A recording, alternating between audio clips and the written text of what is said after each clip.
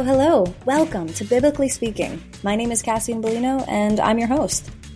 In this podcast, we talk about the Bible in simple terms with experts, PhDs, and scholarly theologians to make understanding God easier.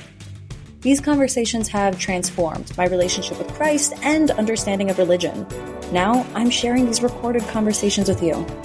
On this podcast, we talk about the facts, the history, and the translations to make the Bible make sense, so we can get to know God, our Creator, better.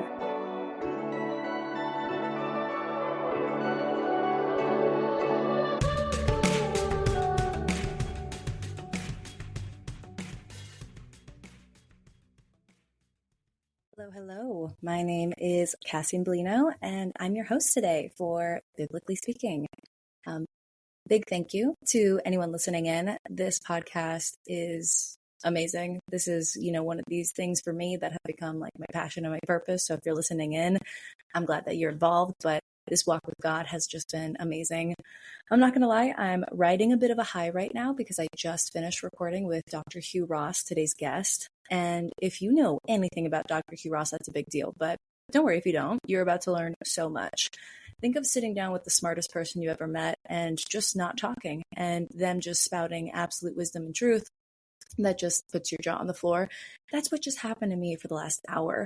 And then, of course, after we hung up, he continued to talk to me because he's amazing. His wife is amazing.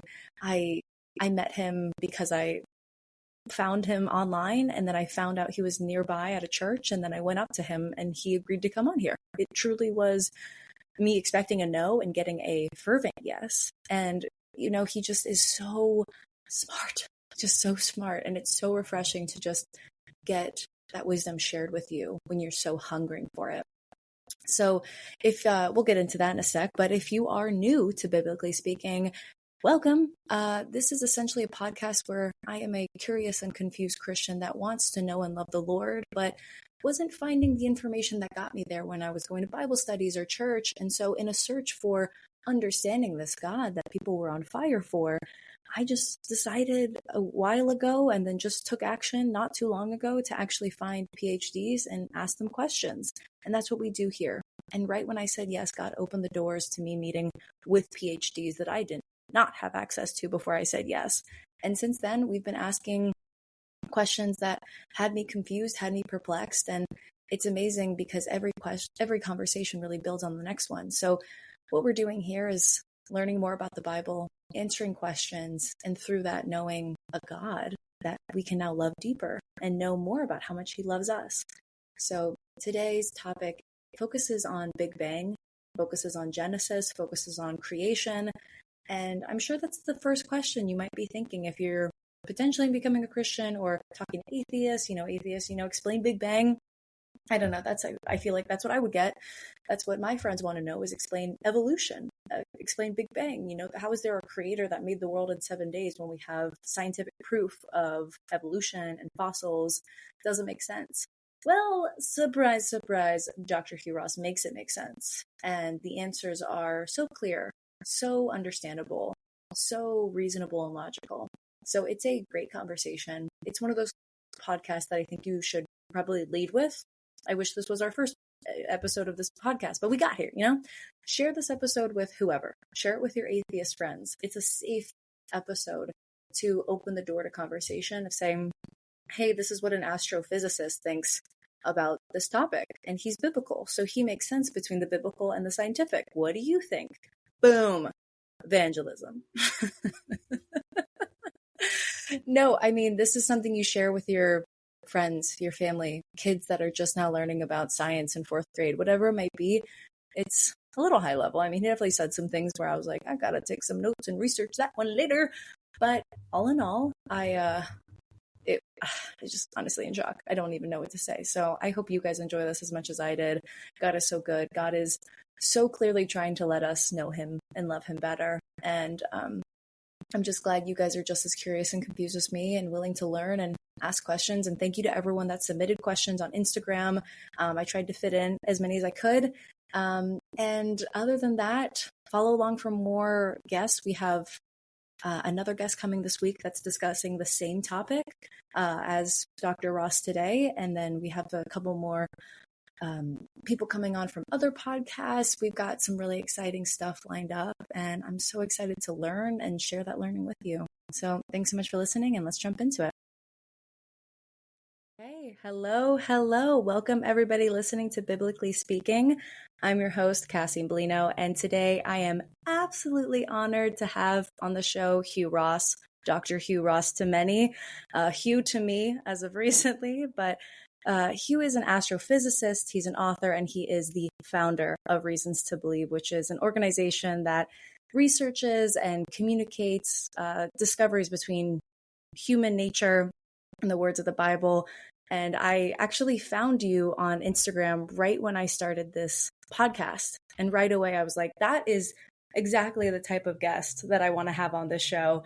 I searched you down and then I found you in Kauai. And you were so lovely to meet, Hugh. Right away, I sat down and I had a big speech planned about why you should come on my podcast. And right away, you said, yeah, I'll go on your podcast. So thank you for making this easy and welcome to the show. Well, my pleasure. I'm so glad that you're here. How are you today? Doing well, thank you. Awesome. Well, today we're going to be talking about Genesis, and I'd love to give you an opportunity to talk about how an astrophysicist found his way into studying the Bible and being an expert on Genesis and kind of the topic today. What's your story? Well, it's actually part of my conversion. I got into astronomy when I was 7 years of age. I was reading 4 or 5 books on astronomy and physics every week. I knew from the age of 8 onward that I would be an astrophysicist, so began to earnestly pursue that path.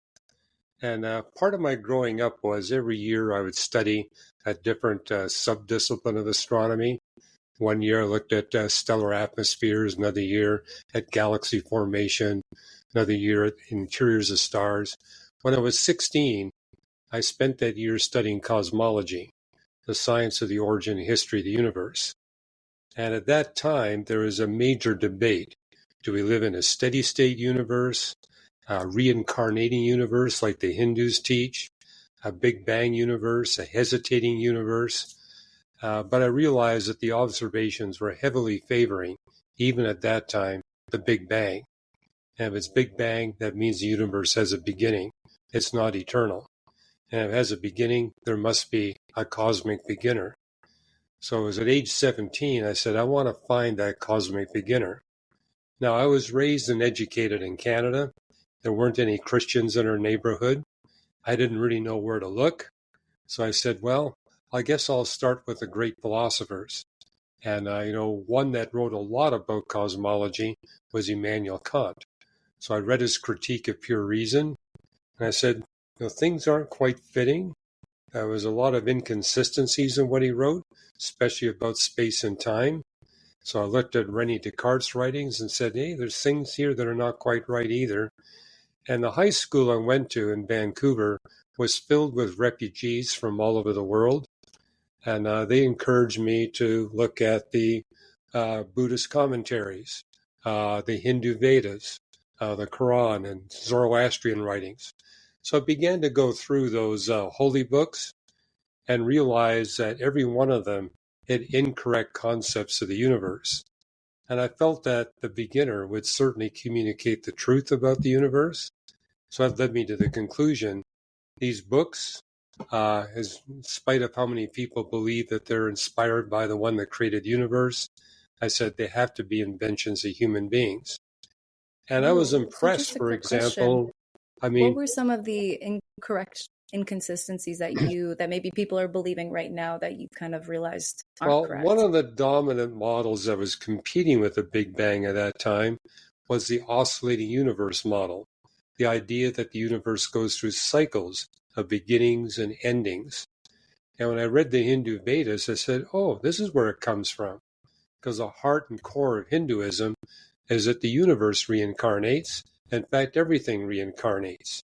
And the Hindu Vedas said the time period between one beginning and the next beginning is exactly 4.32 billion years.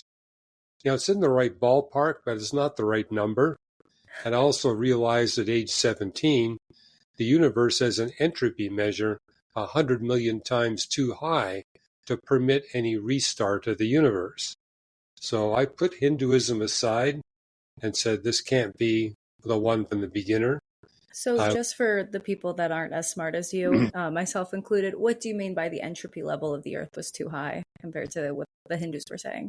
Well, entropy refers to how rapidly the universe is decaying, Mm-hmm. and it's decaying very rapidly and very efficiently. Mm-hmm. And the rate at which it's decaying uh, eliminates the possibility that there could be a mechanical mechanism that would rebound the universe from a death to a rebirth. And it's literally 100 million times too high. So I said, okay, that rules out Hinduism. I looked at the Buddhist commentaries, and I noticed that they taught the same cosmological model. So I put Buddhism aside. I looked at the Quran, and it had 3 different texts on creation, but they weren't consistent. And one contradicted the other 2. And that one basically told us that the planets were more distant from us than the stars. And you don't need a telescope to know that that's incorrect. We can measure parallax with the planets. We can't with the stars with the naked eye. So then I looked at Zoroastrianism. I spent some time looking at Mormonism, looked at a few other isms. And when I tell people I didn't get to know any Christians until I showed up at Caltech to do postdoctoral research, that was to get to actually have a serious communication with a Christian. I did see 2 Christians from 30 feet away when I was 11 years of age. And these were 2 businessmen that came into our public school, and they had Bibles. They were Gideons, and they were giving away Gideon Bibles. And, we were all poor, so it's like somebody giving away a free book, we're going to grab it. Everybody in my class took home a Gideon Bible. I actually have my Gideon Bible here. It was given to me when I was 11 years of age. Oh, wow. I keep it in a bag because it's actually in a state of decay, but this is the Gideon Bible that I began to read when I was 17 years of age. Yeah, the cover's gone because our dog chewed the cover off. And my sons were young at the time, and one of them said, our dog must be from the pit of hell because he's destroying the Word of God. My other son was a little more sanguine. He says, no, our dog is feeding on the Word of God. So, Glass half full. but I began to read that Gideon Bible and right away realized this book is radically different from the other books. And I began with Genesis 1. And I'd been steeped in the scientific method from grade 1. That was something about the Canadian public education that I got. We were taught the scientific method in all 12 grades. And so when I looked at Genesis 1, the scientific method jumped off the page. I mean, step 1, do not interpret until you establish the frame of reference. And so I noticed Genesis 1:2 explicitly states that the Spirit of God is hovering over the surface of the waters of planet Earth. So I said, okay, that's the point of view to interpret the 6 days. Step 2 of the scientific method, don't interpret until you first establish the starting conditions. And Genesis 1:2 gives you 4 initial conditions. It's dark on the surface of the waters. The water covers the whole surface of the earth, and the world is formless and void. It's empty of life and unfit for life, but now this work. And so I went through the 6 days of creation, realized everything is correctly stated with respect to the established scientific record, and everything is in the correct chronological order. Now, the best I'd found outside of the Bible was the creation text you see in the ancient Babylonian Enuma Elish. It gets 2 out of 14 right. You say, what about all the other creation texts in the ancient world? They all score 0. The Enuma Elish got 2 out of 14 right. And I think my understanding for that is it was the closest to the biblical culture. So it got 2 out of 14 right, but only the Bible got a perfect score. And so seeing that at age 17, I said, I'm going to give this book a serious read. And I was also encouraged as I began to go through the Bible, saying, wow, there's over 24 major texts on creation, because that's one of the steps of the scientific method. After you go through the sequence of events, you note the final conditions, you hold to an initial interpretation, and you test that interpretation with other experiments, observations, or in this case, texts. And so I began to say, hey, not only does Genesis 1 take you through the history of creation, Job does. Psalms does, multiple creation psalms, and also Proverbs 8. So I began to go through those texts. I notice especially the book of Job actually gives more details than you find in the book of Genesis. So I wound up spending 18 months studying the Bible 1 or 2 hours a night. I knew my family wouldn't approve, so after I was doing all my physics problems as an undergraduate, from midnight to 2 in the morning, I would be secretly studying the Bible. And it took me 18 months to get to Revelation 22 because I was testing everything I could find, all the geography, all the science, all the history, and realized I'd not been able to find a single provable error or contradiction.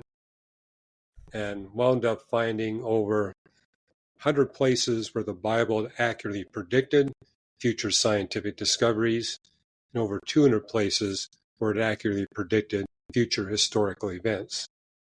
And so in fact, at age 19, I actually calculated the probability that the Bible could have had that prophetic power without being inspired by the one who created the universe. And determined that that probability was much more remote than 1 chance in 10. The assignment was to make the point. If you can prove that something is more remotely probable than 1 chance in 10 to the 50th, it's impossible. It'll never happen, anytime, anywhere in the universe. But I had just demonstrated that the Bible was 10 to the 480 times more reliable than the second law of thermodynamics. And I realized, hey, I trust my life every second to the reliability of the second law. It would simply be irrational for me to put not even greater trust in the reliability of this book, the Bible.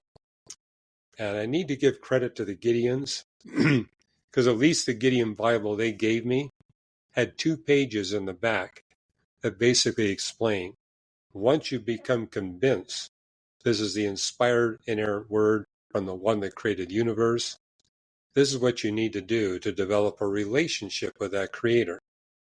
And explain the fact that God had written his law on the heart of every human being, and that law basically tells us that God's standard is one of moral perfection, and our conscience reacts whenever we fall short of that perfect standard, which basically tells us we're not passing God's standard. But just looking at the universe and the earth and life, we realize God is so powerful, so intelligent, knowledgeable, wise, and caring and loving, is that he would do for us what we can't do for ourselves if we simply ask him. And I said, well, and then the Gideons talk about how the Creator came here as a human being, humbled himself, and lived amongst us, and demonstrated his moral perfection. And I remembered, hey, I remember reading in the Gospels where Jesus was in front of a large crowd, and he was being opposed by religious leaders that were against his ministry, who were accusing him of being a sinner. And he said, well, can any of you accuse me of any moral failing? And they were quiet. They could not name a single moral failure. Nor could his mother, who was in the audience, or his 4 brothers, or his sisters. And it's like, maybe you can fool someone that doesn't know you well, but your mother and your brothers, the fact that they all agreed he was morally perfect said he really is the one he claims to be. And then how in his sacrifice on the cross, he offered to trade his moral perfection for a moral imperfection. And I said, that's a deal I can't turn down. But I also appreciated that Gideon said, Jesus knows better than any one of us what's best for our life. You need to put him in charge of your life because he knows better than you do how to run your life. I said, yeah, that makes sense. And the Gideons don't let you off the hook. They got a place for you to sign your name and date it, committing your life to trade your moral imperfection for God's moral imperfection and to make him the master of your life as well as your savior. So it was at 1:05 in the morning on an August 6th night that I signed my name on the back of the Gideon Bible, committing my life to Jesus Christ. You have the date memorized. Oh, yeah. Well, I mean, I put the date in, I put the time in. So, yeah, I got a record of that. How did your family react the next morning when you came to breakfast and said, guys, look what I did last night? Well, I didn't tell them initially because I knew that I wasn't really prepared for the reaction. Mm-hmm. On the other hand, having spent 18 months with that in-depth study, I knew that giving your life to Jesus Christ was a commitment to make Jesus number one in your life. And also to share with others what has happened. And so I recognized that I was now responsible to go public. But for some reason, I didn't publicly reveal my Christianity first to my parents or my sisters. I said my lab partner, and he was one that challenged me every time. I mean, one reason why we did so well in our labs, I would come up with an idea how to proceed with the experiment, and he would challenge me and say, Hugh, you got to prove it before we're going to do this. And that's just his personality. He was just, prove it. Yeah. So I figured that's probably the first person I ought to try to share my faith with. And so there was one afternoon where we had both finished our physics problems faster than we thought. And all of our classes were done for the day. And so we were sitting in this, empty physics auditorium. And he looked at me and said, Hugh, I can tell you want to talk to me about something, but I need to talk first. He says, I've been going through struggles in my life I've told nobody about. I need to talk to somebody about God. Do you know anybody in this campus that knows anything about God? No way. So we had a 3-hour conversation that afternoon. I told him what had been happening in my life. And true to form, John Sampson said, hey, you're claiming the Bible predicts future historical events. I want you to prove that. I said, okay, let's go to the library on the campus. Let's dig up some microfiche of newspapers published in the 1940s and 1950s, and let's see how well it squares with the book of Ezekiel, because the book of Ezekiel that predicted in detail what would happen to the second rebirth of the nation of Israel. So here we were in the library from midnight to 2 in the morning, going through microfilms of the Jerusalem Post, the London Times, the San Francisco Chronicler. And I remember John just slapping his head and saying, I can't believe this. What you see in Ezekiel 36 and 37 actually has happened right on our own lifetime. He says, look at these newspaper headlines. It's exactly what you see in the Bible. And so we had many conversations that followed that. And he went on to become the chairman of the physics department at the University of Alberta. And, he was on our Reasons to Believe mailing list. So keep me on the mailing list. I enjoy reading the articles. He never told me whether or not he had become a Christian, but I kept running into his students. And they all told me, those who were Christians, that John encouraged their Christianity and encouraged them to integrate their science with their Christian faith. But I do know, hey, that taught me a lesson. Yeah. I thought it was my responsibility to basically force conversations. Oh, yeah. And realize, hey, God's in the business of bringing people together and opening the doors. You just have to be ready. And so, just like what you see in the book of Acts, just how God brought Peter and Cornelius together. And I actually wound up writing a book. It's on the bookshelf back here, Always Be Ready, where I document over 100 stories, just like what you see in the book of Acts, between Cornelius and Peter, where God supernaturally brings a Christian together with a non-Christian that's prepared to hear and respond. And the first 4 or 5 times it happens, you think it's a sheer coincidence. But when it happens over 100 times, you realize, no, the Holy Spirit is doing the same things today that he did in the book of Acts. Same kinds of miracles are happening. And, I also serve as a pastor in a church between Caltech and the Jet Propulsion Laboratory. And so I just share with people there, if you're a follower of Jesus Christ, put into practice 1 Peter 3:15. Be prepared to give good reasons for your faith and hope in Jesus Christ. Do so with gentleness and respect, and you'll see God doing outstanding miracles to help you share your faith. And by the way, when you experience those miracles, it's going to really strengthen your faith. Yeah. And what I notice as a pastor, people who have those miracles happening in their life, their faith dramatically grows stronger. And those people that don't, it's kind of like what happened to the children of Israel.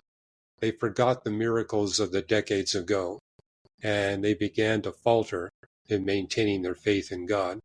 I think we all need those kinds of direct personal experiences. Right. Wow. I have so many questions, Hugh.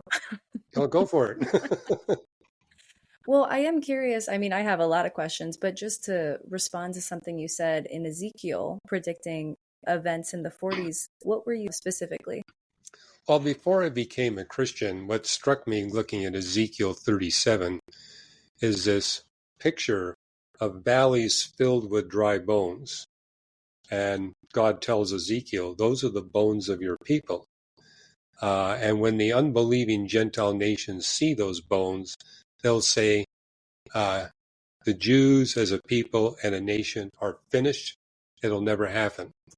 But he says, when they make those statements, that's the day the nation will be reborn.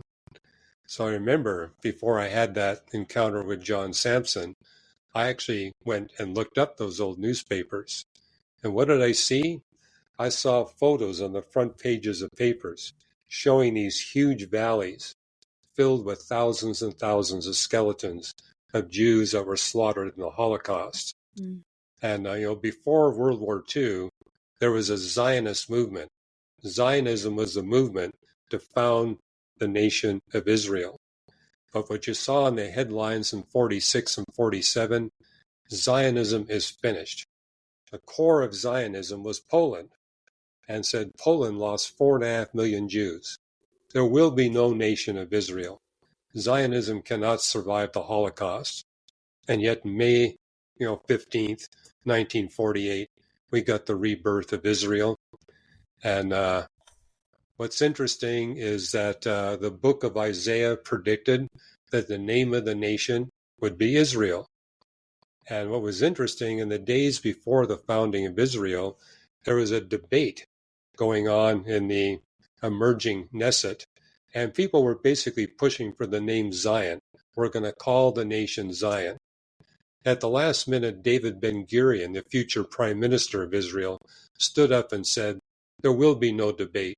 We're calling it Israel. And David Ben-Gurion, as an atheist, had no idea this was in the Bible. Years later, people pointed out, are you aware that this was predicted? So, and, I wound up spending about a month just going through the Old Testament and picking up all the predictions about the rebirth of this nation of Israel. How when it was reborn, it would be attacked by 10 different people groups. It names the people groups, and they were the coalition that fought against Israel the 48 War. And what you also see in Ezekiel is that God would fight for this new nation like he did during the Old Testament, but also made the prediction that the Jews would take credit for their victories.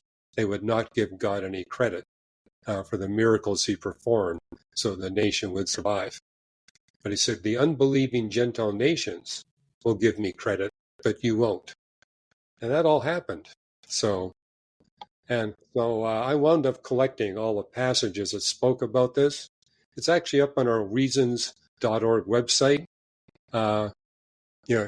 Modern Israel, a testament. I think I call it, yeah, Israel, a modern day miracle. And I just list the passages. I don't make any commentary. My goal is to get people to read those passages. Right. And one that's interesting for the United States, it said that it would be gold and silver from people living in the distant coastlands that would finance the rebirth of the nation of Israel. And I remember reading the story as a teenager about Golda Meir was sent by David Ben-Gurion to go to Canada and United States and visit all the Jewish communities there because he says, we're being creamed by all these Arabic nations. They got powerful, well-funded armies.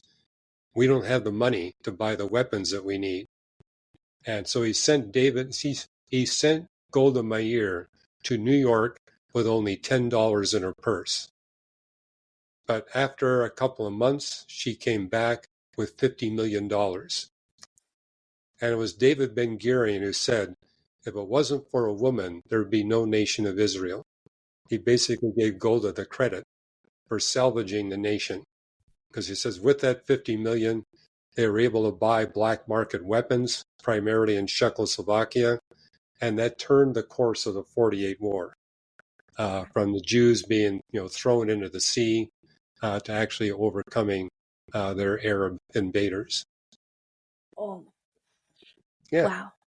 That is. So that was a factor of my coming to faith in Jesus Christ, just saying, hey, because I read about, all these prophecies concerning the future Messiah, right. Concerning what would happen to Israel, how Israel, the nation, the Jews would be scattered to all the nations of the world.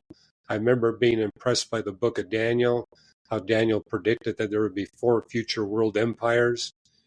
But what hit me was Ezekiel saying, hey, this is what's going to happen. That what you see in Deuteronomy is that there would be this powerful world empire in the West, a reference to the Roman Empire, and how the Romans would come into Israel and take all the Jews as slaves and sell them in Egypt to all the nations of the world. And that was the beginning of the diaspora, where Jews were scattered to all the nations of the world. But what you see in the book of Ezekiel is that God would gather these scattered peoples and bring them back into the land of Israel. And there's one again in the Psalms where it talks about how those that were sentenced to death would be fighting the crucial battles that would get the nation of Israel going. And David Ben-Gurion records that it was 2,000 Jews who had escaped Hitler's death camps that fought the crucial battle that opened up the corridor between Tel Aviv and Jerusalem, and took the heaviest losses. Wow. And they all had the numbers on their forearms from the death camps. But he said, without their bravery and opening up the corridor, we wouldn't have had a nation. We needed Jerusalem to be part of our country. So, but that was predicted 3,000 years ago.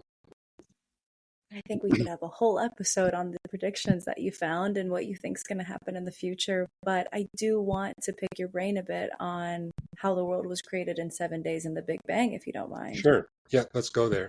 So I think that's usually the first question that a lot of new Christians or potentially new Christians want to ask is, how did this work? If you're a very scientific person, you want to think of, I think it's Einstein's law of how energy creates matter and matter returns back to energy. Are you assuming that, there's a creator of the Big Bang that created the universe, so God is the energy that created that matter?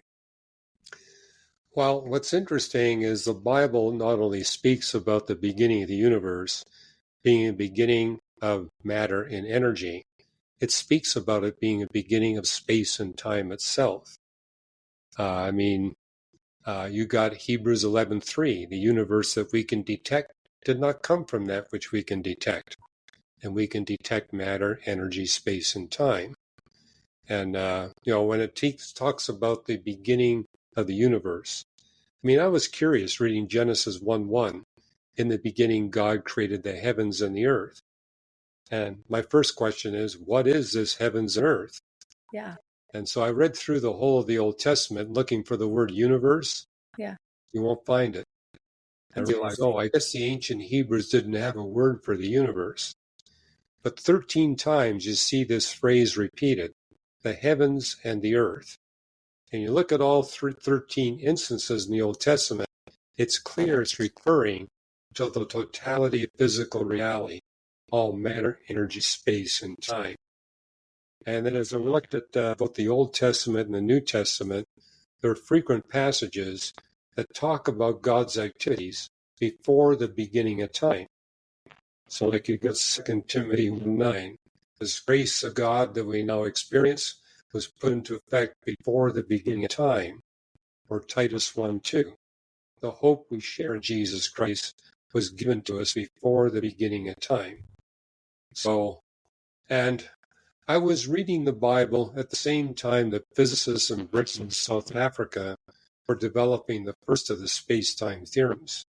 Mm-hmm. And the theorems basically state, if the universe has mass and if general relativity reliably describes the movements of bodies in the universe, then space and time have a beginning. Space and time are created. Now, what I saw in the Eastern religions is that space and time were eternal, and God creates within space and time. The Bible is different. It says space and time are not eternal. God created independent of space and time. So that was my first clue. Hey, we're talking a different God than the God So recognizing. what would you say to maybe any listener that says like, oh, I think the universe for, there is that, unbelief sector that gives a lot of credit to the universe because again, they think of the universe as very infinite, kind of like what you just said.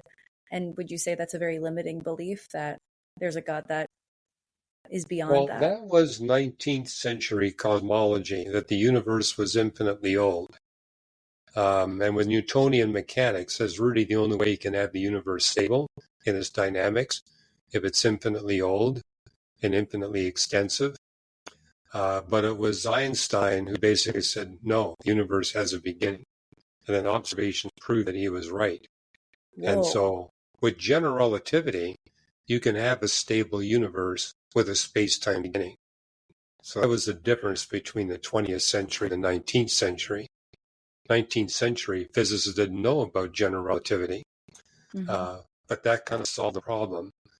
But also affirmed that the Bible got it right, that when it says there was a beginning of space and time, science now proves that that is indeed correct.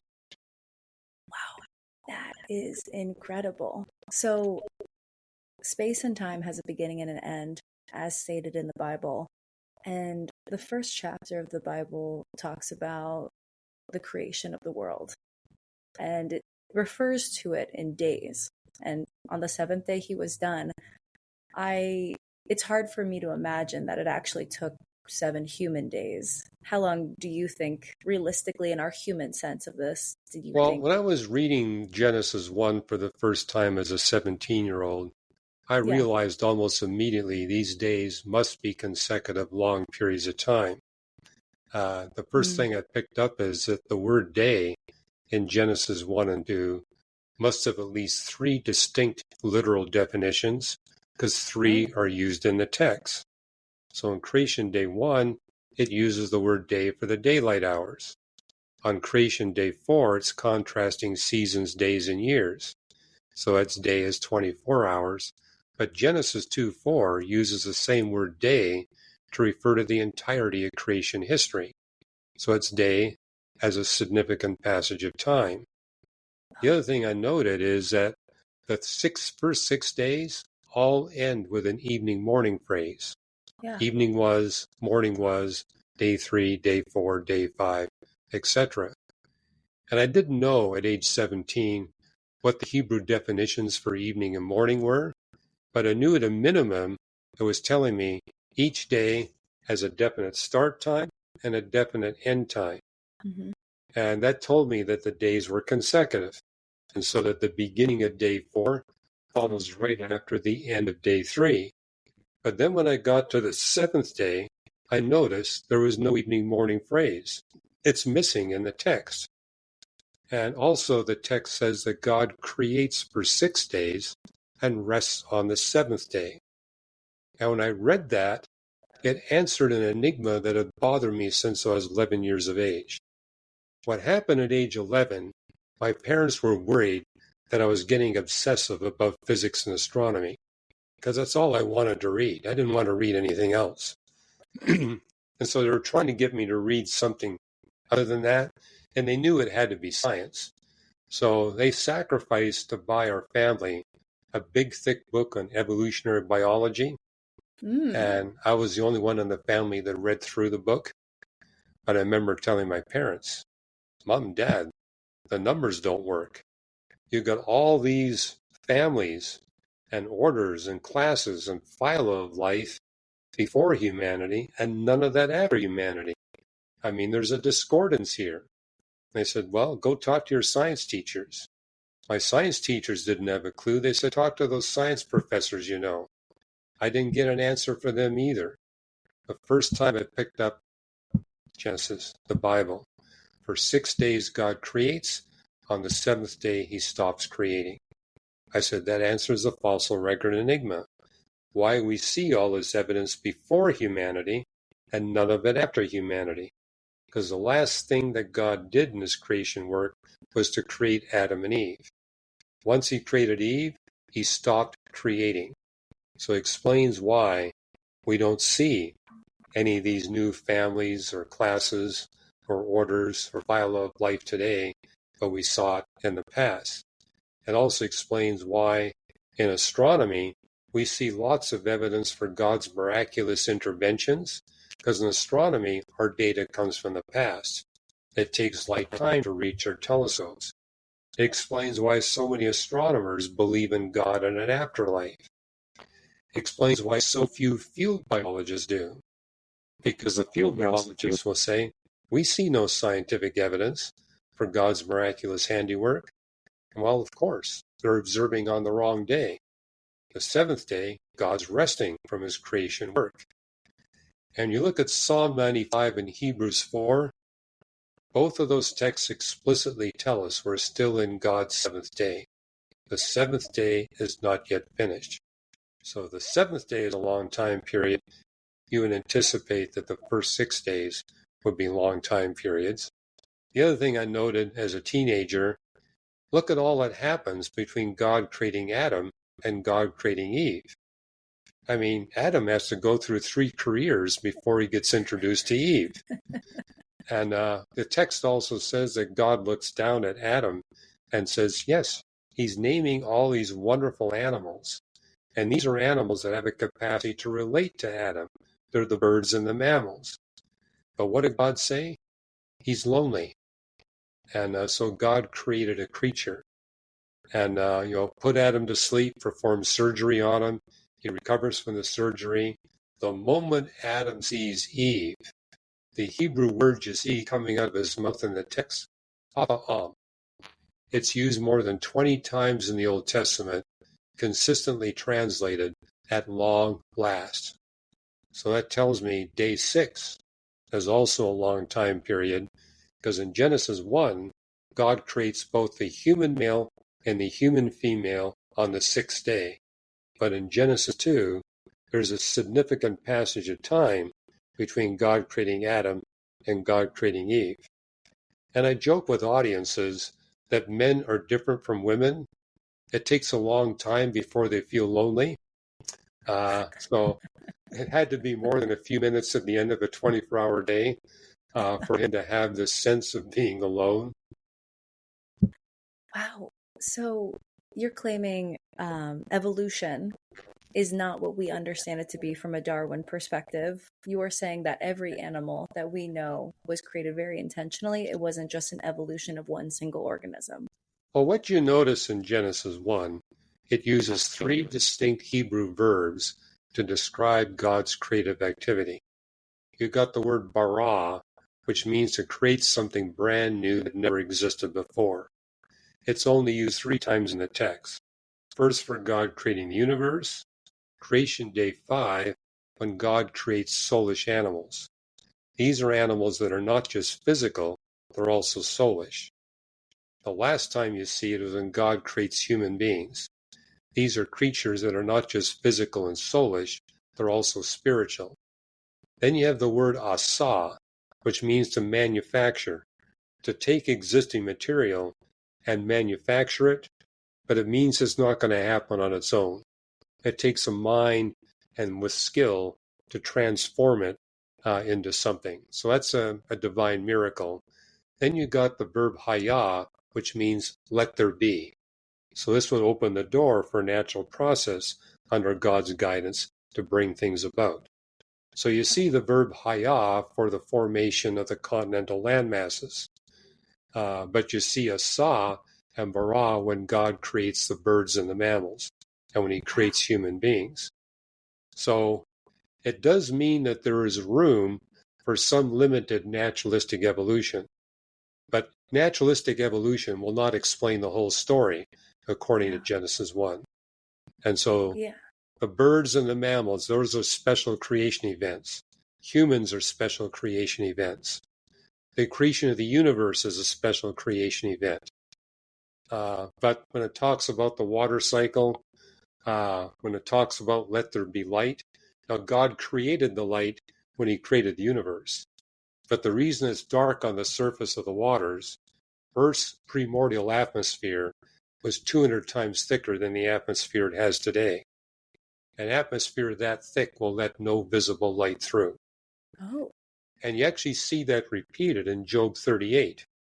Job 38, verses 8 and 9, it says that God had blanketed the earthy seas with clouds that kept the seas dark. So notice in Job 38, it's very explicit as to why it's dark on the surface of the waters. Not because there wasn't a sun or stars. It's opaque because Earth's atmosphere would not let any sunlight through. But creation day 1, let there be light, that's when God transformed the atmosphere from being opaque to light to being translucent, where light could pass through. And the verb to hover over the surface of the waters implies bringing to life.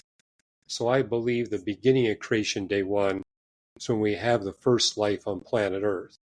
But it would be microbial life.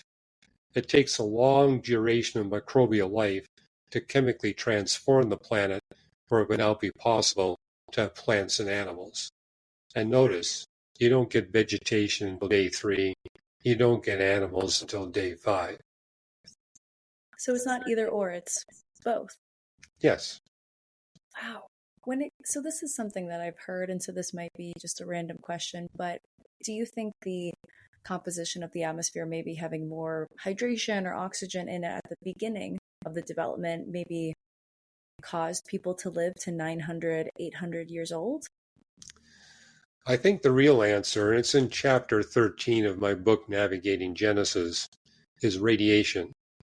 There's 2 astronomers, Ehrlichen and Wolfendale, who spent 40 years studying what they call the knee in the cosmic ray spectrum.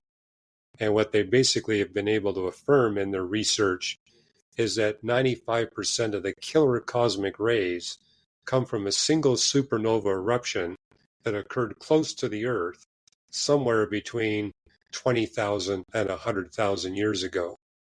And so people living before that supernova eruption should be exposed to a lot less killer radiation than people living after the event.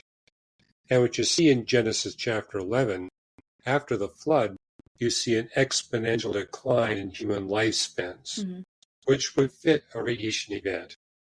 And so now there are Christians who speculated that maybe there was a thick water vapor canopy, but that's not going to stop the cosmic rays. And so that's not the explanation for why we could live longer. And pumping more oxygen in the atmosphere actually causes you to die sooner. So I'd advise you not to go to oxygen bars, at least not at sea level. Because when you breathe in extra oxygen, the oxygen causes oxidation in your body, which basically over time wears your body out. It also means you're going to get more wildfires, which is going to be a problem. And with less oxygen, that means you can't do as much in the decades that you live here on Earth. So your activity level will be less. So I'm basically making the point we have the optimal oxygen level. And that oxygen comes from photosynthetic life and what's called the deep oxygen cycle. We now know that the first oxygenation event is responsible for a huge aggressive buildup of continental land masses.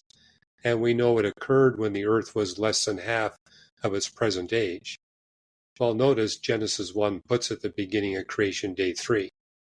So, in fact, part of what I've been doing lately is giving lectures saying, notice this, the more we've learned about science and the history of the Earth and Earth's life over the past 50 years, the stronger and stronger and tighter fit we get with what Genesis taught 3,400 years ago. So again, it's evidence for God's predictive power in the Bible. Yeah. The archaeological nerd in me wants to ask, what in the timeline do you think dinosaurs existed in the Ice Age? I know I have a couple friends that love geology, and I'm sure they would love to know, but where would that fit in with this timeline? Well, as far as dinosaurs go, we shouldn't be surprised they're not mentioned in the Bible. The Bible's inspired for all generations, so it constrains itself to vocabulary that all generations would understand. Notice that the Bible says nothing about neutrinos. It says nothing about Neanderthals, because those are only things that modern generations of humanity would even know what they're all about. Right. But the dinosaurs, I think, fit into the middle of creation day 5. Okay. After the first sea animals, but before we see the radiation of birds and mammals. And I think where they're implied most strongly is Psalm 104. Psalm 104 is the longest of the creation psalms, and basically its message is God creates to pack our planet with as much life as possible, as diverse as possible. And if you want really big dinosaurs, you need shallow continental seas. You need the water buoyancy to make possible animals of that size. Without the water buoyancy, the biggest land animal you can have is an elephant. Elephants are right at the maximum the laws of physics will permit for an animal without water buoyancy. But if you got shallow seas, say 15 to 40 feet deep, you can have 80-ton dinosaurs. And so, I've watched Jurassic Park with my sons and basically told them T-Rex cannot run that fast on land. If he did, the slightest little stumble, he would injure himself severely. And there's no way it could chase a Jeep at 45 miles an hour. Wow. T-Rex was likely hunting big dinosaurs in shallow seas, where the water buoyancy would enable him to be able to move without injuring his massive body. And I don't think he was eating lawyers. With those huge jaws, he was eating much bigger creatures. Right. Yeah. Wow. My sons don't like to watch science fiction movies with me. They don't want to know how many times the movie is violating the laws of physics. That's hilarious. This was one question, and I apologize if this is out of line or, just a little random, but the Nephilim, the giants. Well, before we go there, a quick word on the Ice Age, because you may brought that up. Yes, you're right. What's interesting about Genesis 2 is it says that God put Adam and Eve in the Garden of Eden, and it's a place where 4 known rivers come together. 2 of those rivers still flow today. The other 2 are dry riverbeds, but they were flowing during the last ice age. And the only place those 4 rivers come close together is now 200 feet below sea level. It's the southeastern portion of the Persian Gulf, which is why I believe God created Adam and Eve during the last ice age. It's the only time that location would be above sea level. And for the same reason, I believe that Noah's flood was an ice age event, because it tells us it took an entire year for the flood waters to recede. For it to take that long, the water flowing out to the ocean had to be replaced with massive amounts of water from ice and snowmelt. And to have it last as long as a year, it would have to be an ice age event. That makes sense. And what's your question about the Nephilim? So do you believe that they were giants, or do you think that was more of a literary form or symbolism?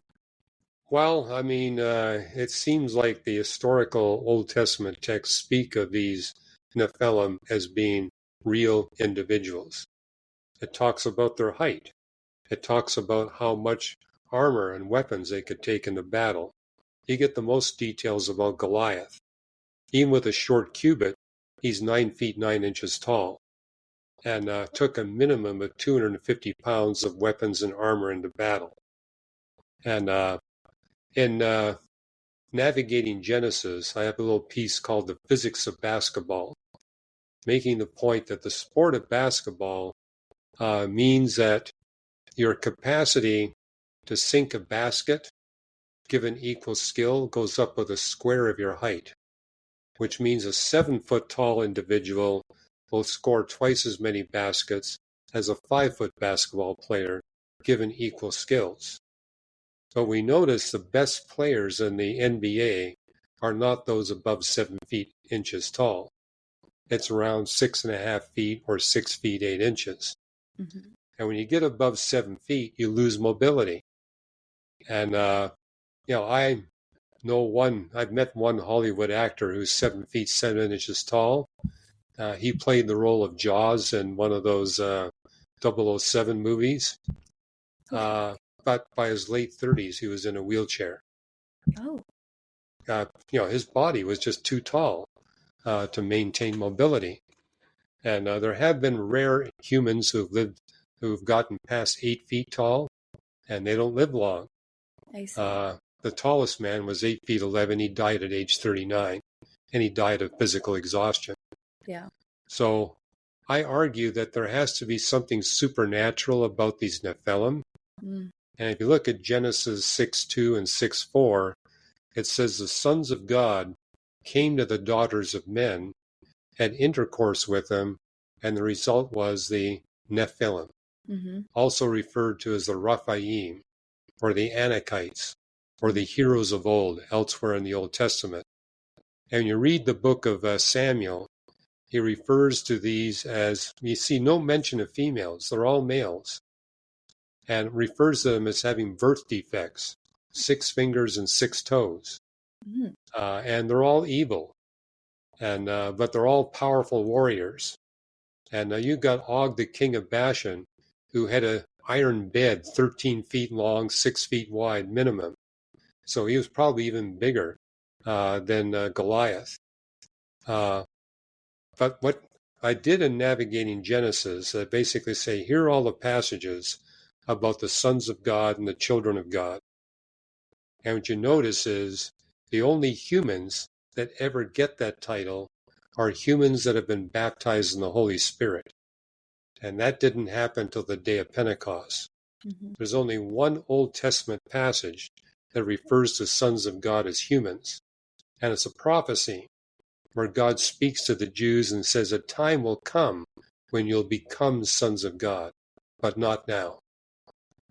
And so notice that Jesus referred to his followers as sons of men in the Gospels. Mm-hmm. In the epistles, they're only referred to as sons of God or children of God. You also notice that Jesus in the Gospels referred to himself as a son of man.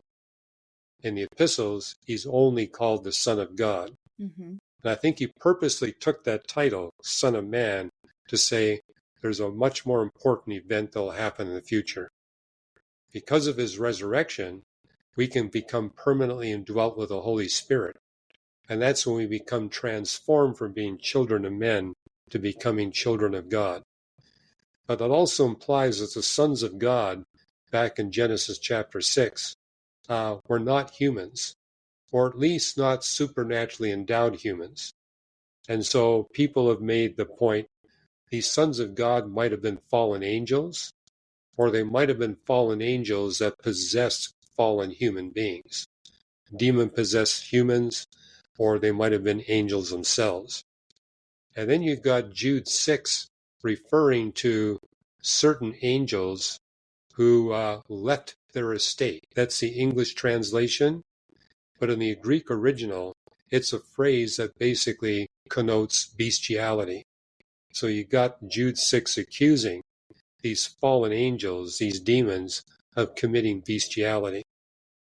And I've had quite a bit of experience with demon activity, not on purpose, it just kind of ran into it. But one of the things I've observed is that these demons seemed obsessed with illicit sex. So it tells us in the Bible that the angels do not marry, but it doesn't say they cannot marry. It's just that God has forbidden them to marry. And what it says in Jude 6 is that because of the evil that these fallen angels committed, they've been consigned to the abyss. And notice when Jesus cast out demons, the demons said, please don't send us to the abyss. And Jesus didn't send them to the abyss. Jude 6 basically makes the point, the abyss is a special prison house for demons that went way too far in their commitment of evil. They actually sexually violated human beings. Oh my gosh. So, but notice too that God was intent on getting rid of the Nephilim. Uh-huh. The flood wiped out the Nephilim. Mm-hmm. But it also tells us in Genesis 6, verse 4, after the flood, they came back. The sons of God came back. And so they impregnated women before the flood, and they did so again after the flood. But notice that God had the Jews, first with Moses, and then last of all with David, wiping out the last of the Nephilim.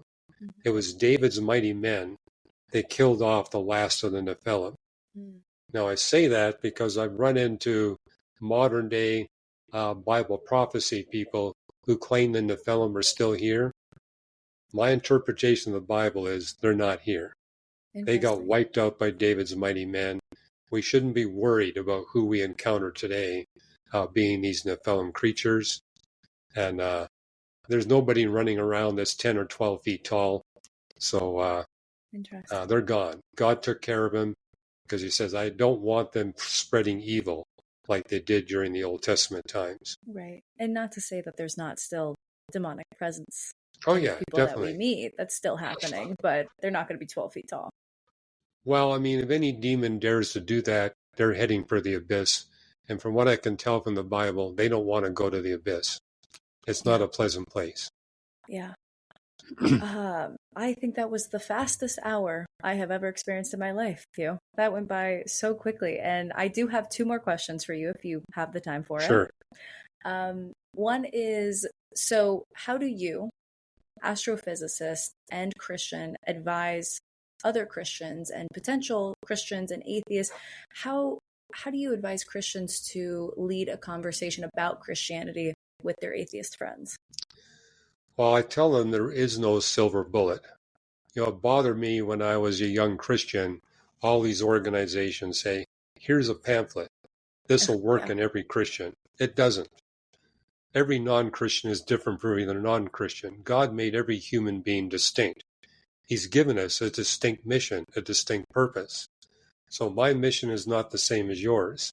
Right. And I advise Christians, seek out your individual special mission that God has assigned to you. But when you engage non-Christians, step 1, find out what kind of non-Christian you're talking to. How do you do that? You ask questions. And it's easy.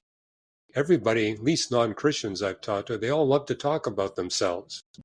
And so ask them questions with the goal of finding out, okay, what are their issues? What kind of reasons do they need to come to faith in Jesus Christ? And I've also found if you ask them enough questions, they eventually ask you a question. And that usually opens up a door. Yeah. And also I share with people, read the book of Acts.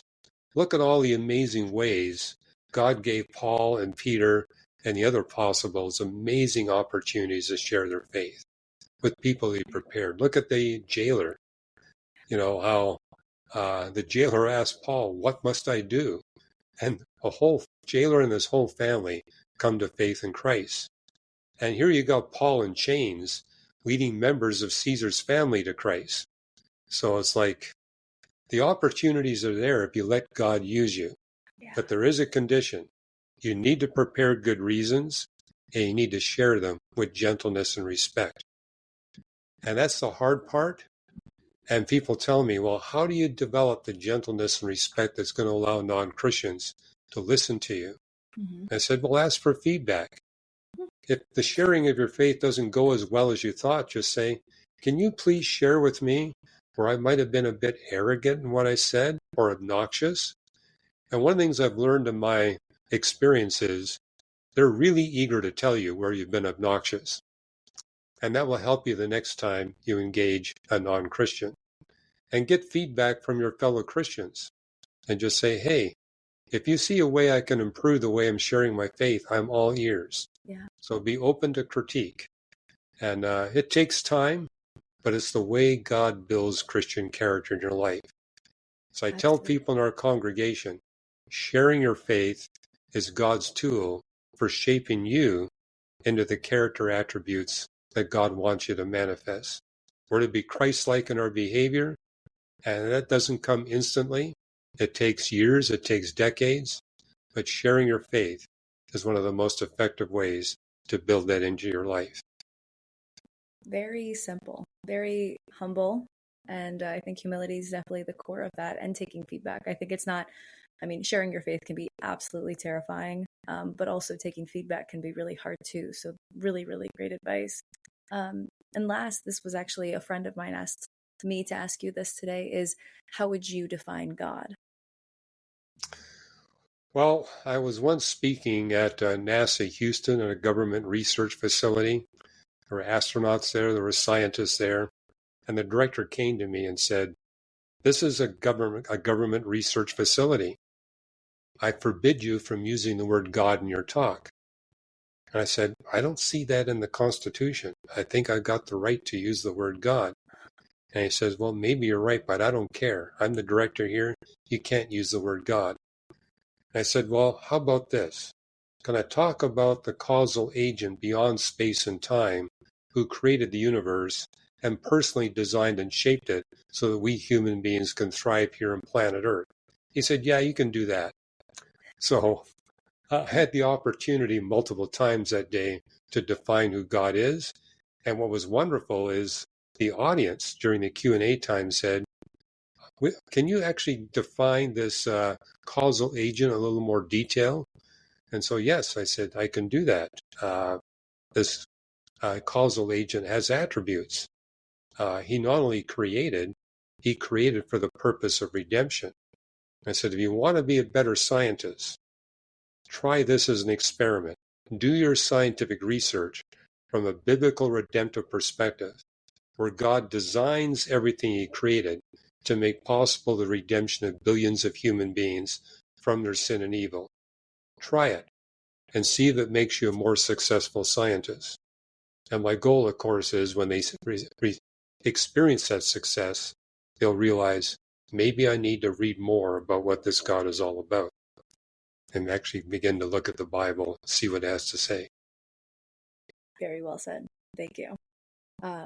I can't thank you enough for your time. I mean, I'm so grateful to have this wisdom shared with it to fit into your schedule. I always like to give my guests an opportunity to plug anything, which you've done a great job plugging a lot of your work throughout this, but anything specific you have coming out, any talks that you want people to attend. I know that you do have a live show every Sunday with the Paradoxes. Anything you want to share that you want to promote? Well, I've now written 23 books, and I think there's 8 or 9 of them where we give away free chapters. And you can get a free chapter of these books at reasons.org/Ross. I also put out a regular blog called Today's New Reason to Believe, and they can get that at reasons.org. We have a YouTube channel. If you just Google my name, Hugh Ross YouTube, you can watch lots of entertaining debates I've done with leading atheist scientists. Some of them are actually quite humorous, so you can check that out. And as you mentioned, I have a class for skeptics on Sundays called Paradoxes, and that's paradoxes.org. They can participate live through live streaming, or they can download the recordings. Amazing. Amazing. Well, I hope to have you back on. I feel like we've just scratched the surface, but thank you so much, Hugh. I really appreciate your time and I hope to see you again soon. My pleasure. And I love the jacket you're wearing. Living Thank proof of a loving you. God. Thank you. I love this company. It's called God's Love Overcomes, and it's just a Instagram account, but I love their stuff. I'm always wearing their stuff. So thank you. Well, I'm impressed that you actually get and wear that in Hawaii. I mean, that's got to be a warm outfit you're wearing. It doesn't take much for me to feel cold now. It's like 75 degrees in the shade and I'm freezing. Oh, wow. Anyways, thank you. I hope you and Kathy are well, and we'll be speaking very soon. Very good. Thank you.